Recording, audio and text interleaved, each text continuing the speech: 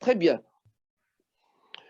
Il y a des organismes marocains, dispositifs marocains de soutien à l'import-export. C'est la page 42. Il y a d'abord l'Agence marocaine de développement des investissements à l'exportation. C'est ce qu'on appelle l'AMDI. C'est pour encourager les exportations. Il y a le Conseil national du commerce extérieur. Il y a l'Office de commercialisation des exportations.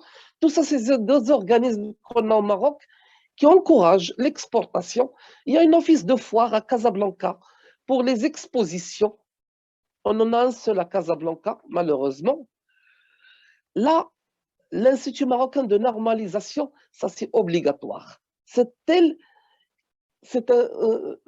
qui, pour les exportations marocaines, qui donne le certificat que la marchandise est vraiment dans les normes de l'international. Ça, si vous avez le cachet de cet institut, ça veut dire que votre marchandise répond aux exigences telles qu'elles sont dans le Maroc et à l'international. Ça, un établissement pour encourager les exportations, ce qu'on appelle établissement autonome de contrôle de coordination. Ça existe au Maroc. Ça, on l'utilise. Il y a une question apparemment.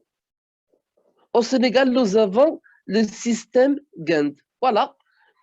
Le système GAND, c'est un système informatisé qui facilite les opérations de dédouanement. Merci pour votre intervention. Donc, je continue. Nous avons l'important de cet établissement, c'est quoi? C'est que avant de réfléchir à exporter dans un pays, par exemple le Maroc, du Maroc, je veux exporter du couscous vers les États-Unis. Ça se fait. Maintenant, est-ce que ma marchandise, elle obéit aux normes des États-Unis? Ben, sachez que déjà, si vous emballez dans du plastique, ils ne vont pas accepter ça aux États-Unis. Donc cet organisme au Maroc, qu'est-ce qu'il fait? Il nous explique, l'organisme au Maroc, avant même d'entrer dans le port, il vous dit, est-ce que vous êtes dans les normes du pays de destination? C'est pas la peine d'exporter votre marchandise du pays et là au port, devant le port, ils ne vont pas la laisser entrer. On vous donne à la porte, imaginez, avant de faire entrer votre marchandise au port, ils vous demandent, est-ce que vous avez l'autorisation de l'EACCE?